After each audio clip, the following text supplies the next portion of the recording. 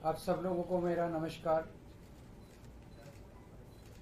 आज हम इस लोकसभा चुनाव के लिए केजरीवाल की 10 गारंटियों का ऐलान करने जा रहे हैं। मैं समझ सकता हूं कि आप लोग कहेंगे कि चुनाव तो शुरू हो चुके हैं, बहुत लेट है, हम मानते हैं, लेकिन मेरी गिरफ्तारी की वजह से इसमें थोड़ी सी देरी हुई है। अभी भी कई चरण चुनावों के बाकी हैं। वैसे तो ये गारंटियां केजरीवाल की गारंटी के नाम से जारी की जा रही हैं। मैंने अपने इंडिया गठबंधन के दूसरे साथियों से इसके बारे में अभी चर्चा नहीं की है,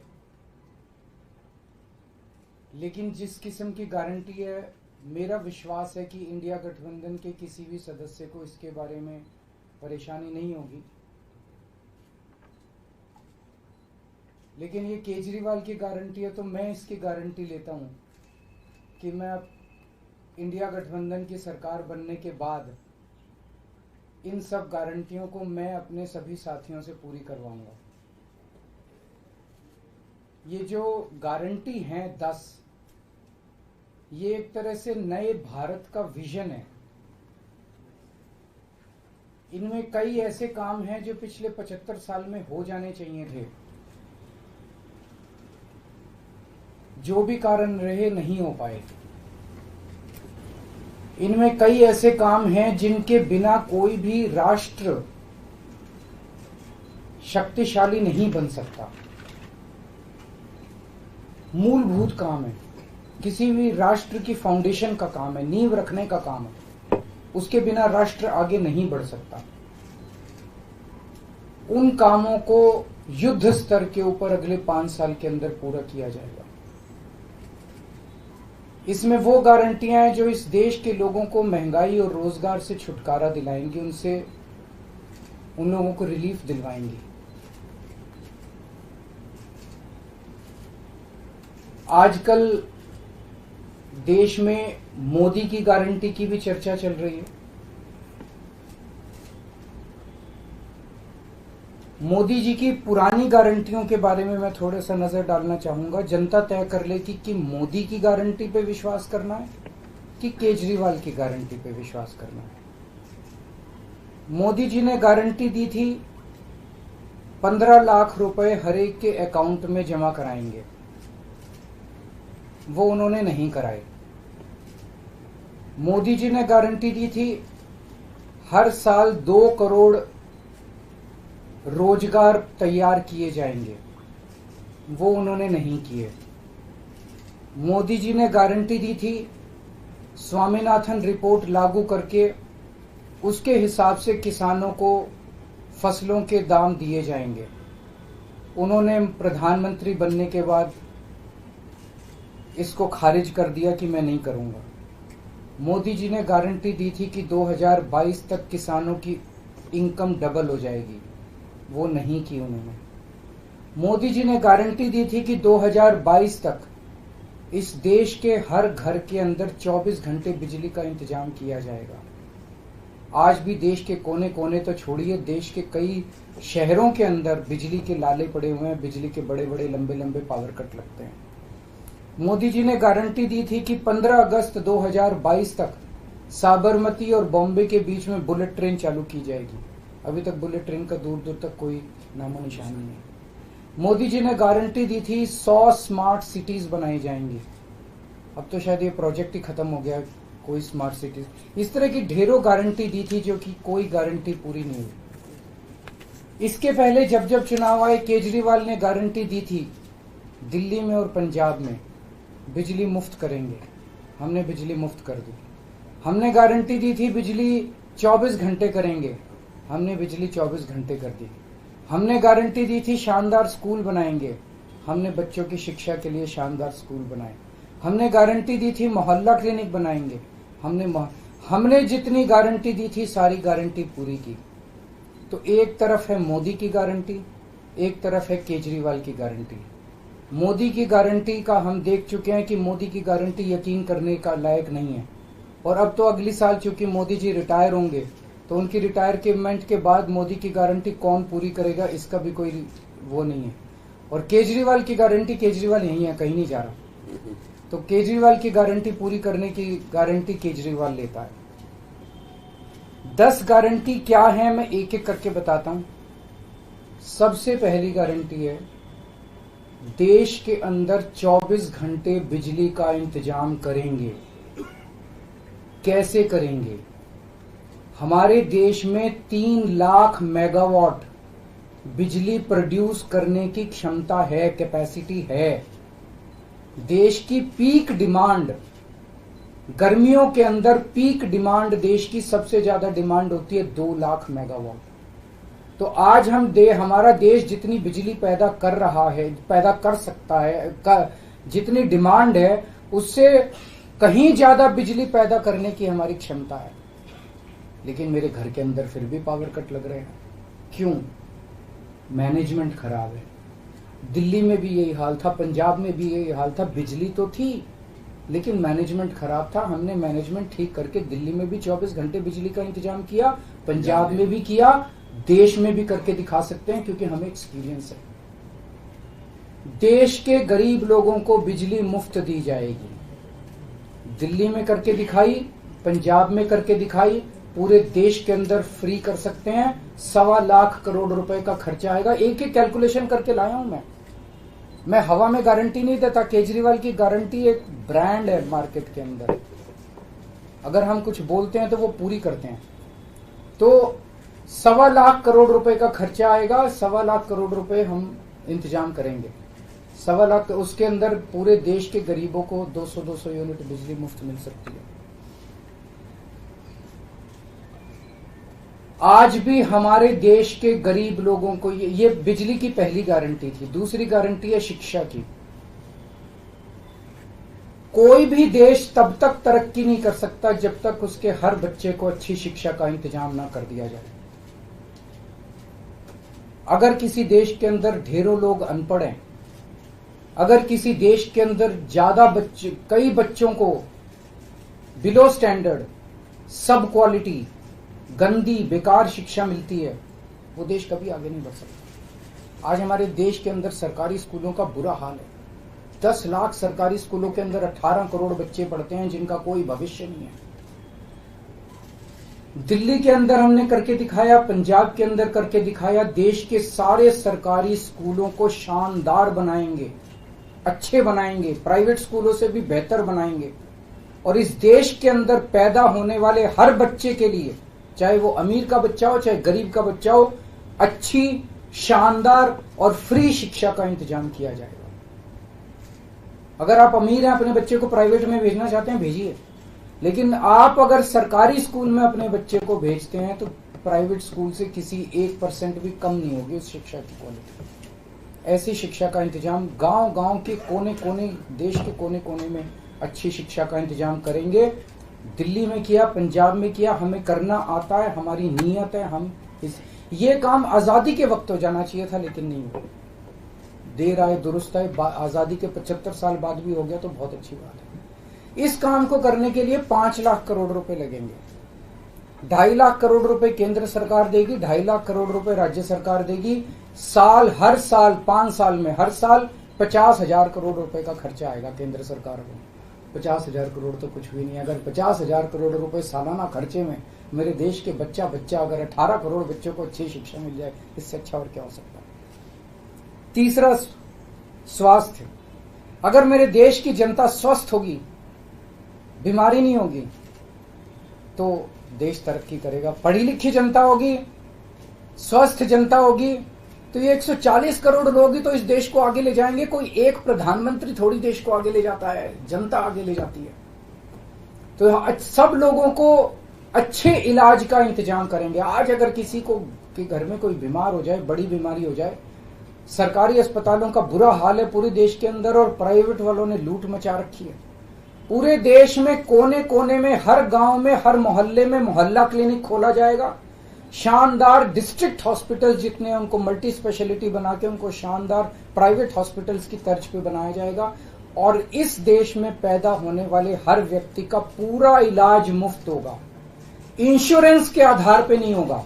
ये बहुत बड़ा स्कैम है। जितनी सरकारी राज्य सरकारें, केंद्र सरकार इंश्योरेंस आधारित जो स्कीम बनाती हैं, ये सब बहुत स्कैम है इंश्योरेंस कंपनीज के साथ। हम इंफ्रास्ट्रक्चर क्रिएट करेंगे, कोने कोने के अंदर, गांव गांव के अंदर इंफ्रास्ट्रक्चर क्रिएट करेंगे, हेल्थ इंफ्रास्ट्रक्चर क्रिएट करेंगे, अस्पताल बनाएंगे, मोहल्ला क्लिनिक बनाएंगे, ताकि लोग वहां जाके अपना इलाज करा सकें। और सबका इलाज मुफ्त होगा, चाहे अमीर हो चाहे गरीब हो। इसके लिए भी 5 लाख करोड़ रुपए का खर्चा आएगा। 2.5 लाख करोड़ राज्य सरकार देगी, 2.5 लाख करोड़ केंद्र सरकार देगी। 5 साल के अंदर 5 लाख करोड़ रुपए, हर साल 50-50 हजार करोड़ का खर्चा आएगा। राष्ट्र सर्वोपरि हमारी चौथी गारंटी। चीन ने हमारे देश की जमीन पे कब्जा कर लिया।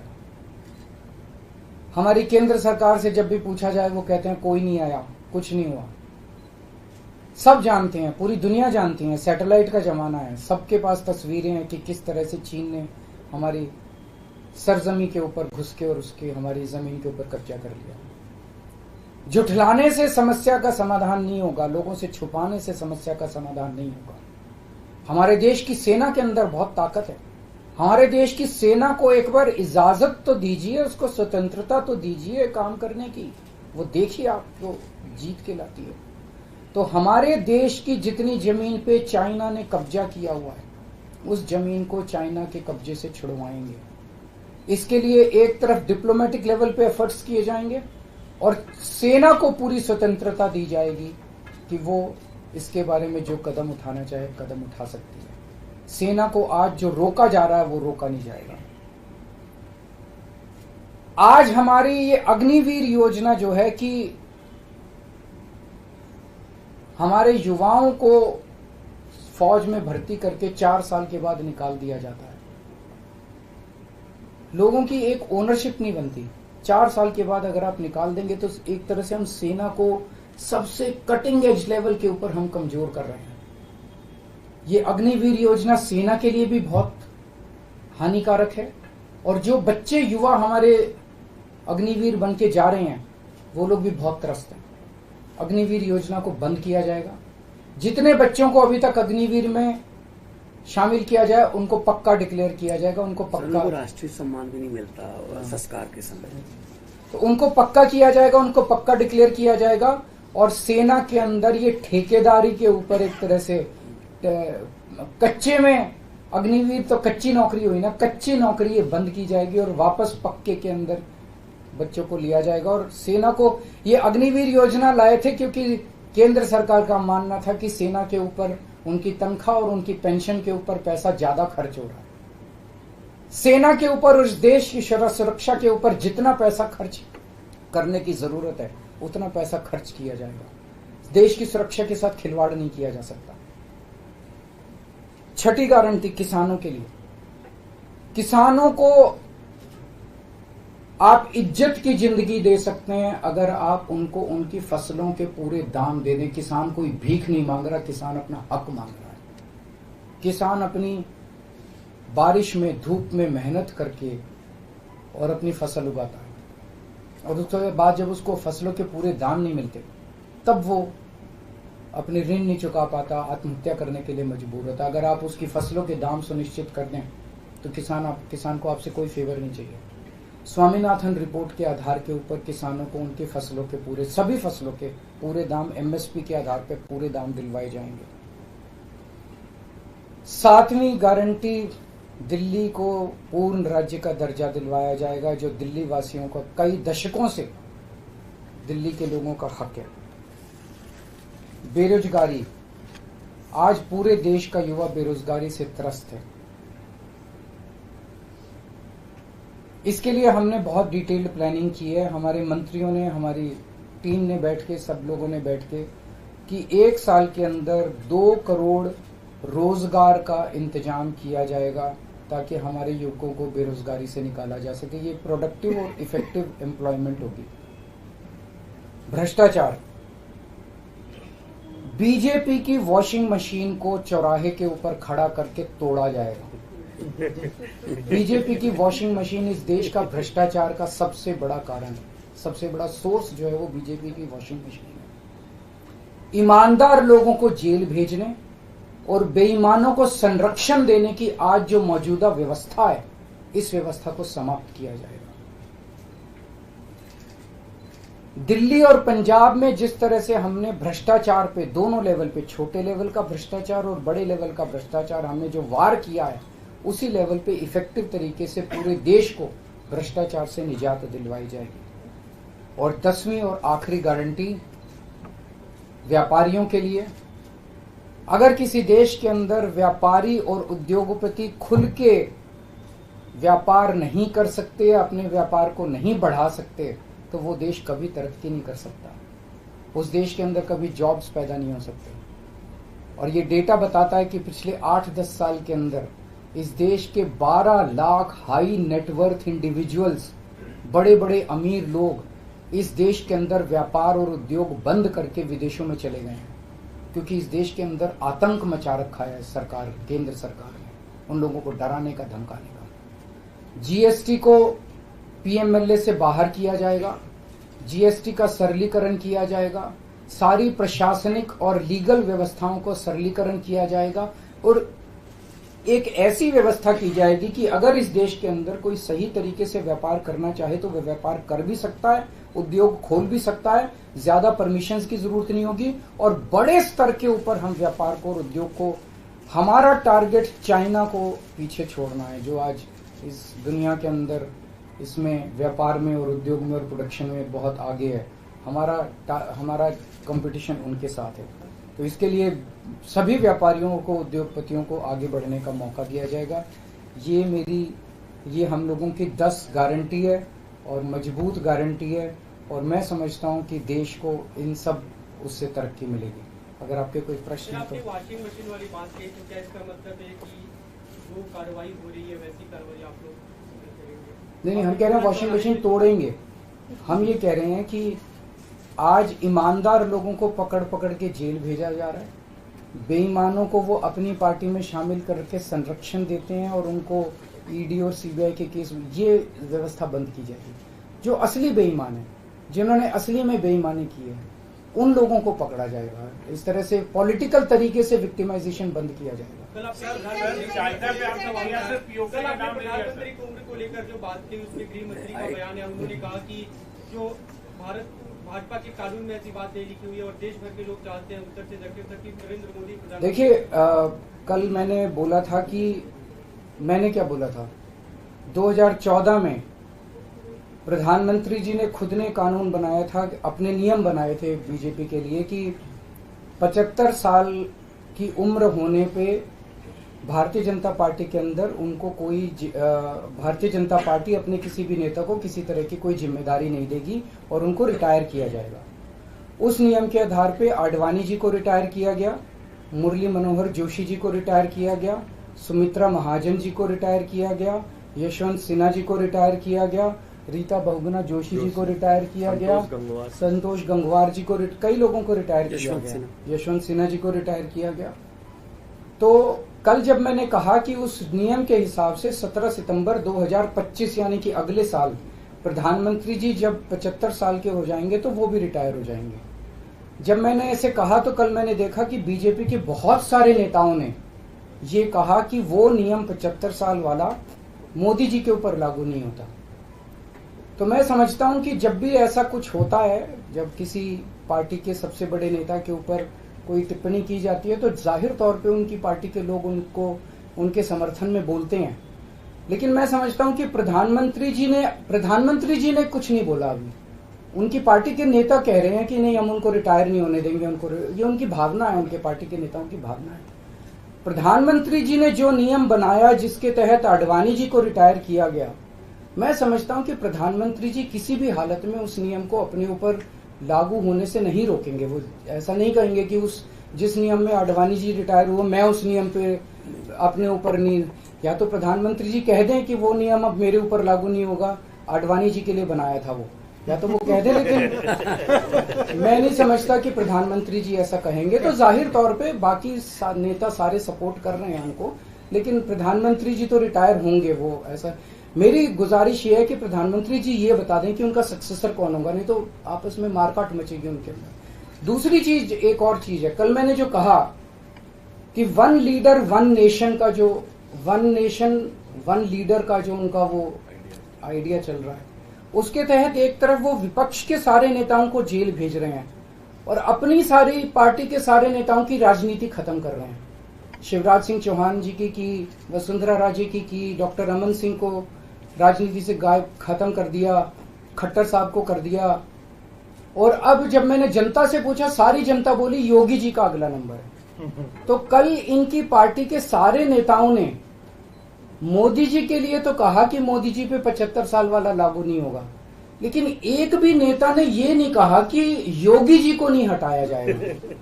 तो एक तो ये पक्की हो गई पिछले 24 घंटे में बात कि अगले 2 महीने के अंदर योगी जी को उत्तर प्रदेश के सीएम से हटाया जा रहा है। इस देश के बच्चे बच्चे की जुबान पे ये था कि योगी जी को अगले 2 महीने में चुनाव जीतते ये लोग हटाएंगे। तो ये बात तो कल पक्की होगी कि योगी जी को हटाया जा रहा है। सर, आपने अक्साई सिंह का नाम लिया पर पीओके का नाम नहीं लिया। पीओके पे क्या रणनीति रहेगी हमारी? बिल्कुल, वो इसका हिस्सा है, भारत का हिस्सा है, उसको भी वापस लेके रहेंगे।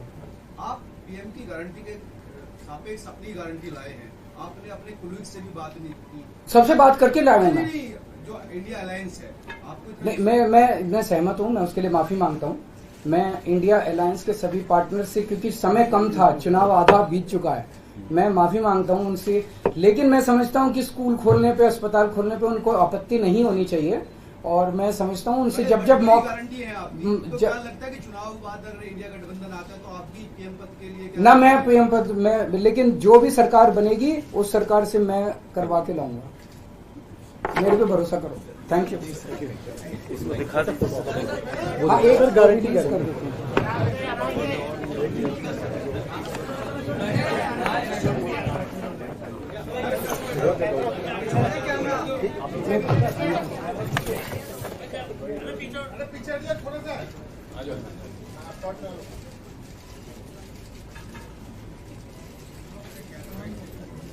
Thank you. How many seats are you winning in Delhi? Or you're contesting 22 seats in all, so how many seats are you expecting to win? Delhi में सारी बीजेपी हारेगी सारी जितनी है। माहौल आप एक बार ही जाके देखो, आपको तो, आप तो सारे पत्रकार घूमते ही रहते हो। आज शाम को 2 जगह जा रहा हूँ, मोती नगर और दिल्ली से बाहर। अभी जो फिक्स हुआ है, क्या क्या है? बिहार में महाराष्ट्र 17 तारीख को है, 16 तारीख को रांची है शायद, उसके बाद है 16 तारीख को सुबह रांची है, शाम को पंजाब है, 15 तारीख को लखनऊ है और भी बन रहे हैं अभी। So you have Sir, will you be PM if India Alliance getting power? Akash?